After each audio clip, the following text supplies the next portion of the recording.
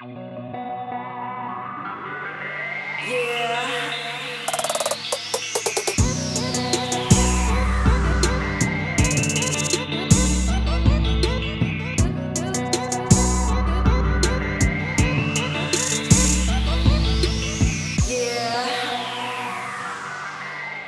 guys, welcome back to another episode of Sia Serves Fresh Noodle Fridays. Today we're going to be making one of my favorite summer dishes. It's HIYASHI CHUKA UDON. So HIYASHI CHUKA is a chilled Japanese noodle salad, and it is packed with vegetables, nice light vinaigrette on top. So you can use any type of noodles here, ramen noodles, soba noodles, but for me I'm using chewy sanuki udon from the frozen section. Don't use that shelf stable crap, it's disgusting. You might be turned off with all the prep work here, it's lots of chopping. Don't be afraid. It's really, really easy. Once you bring it all together, it's super flavorful and super yummy. Let's get started.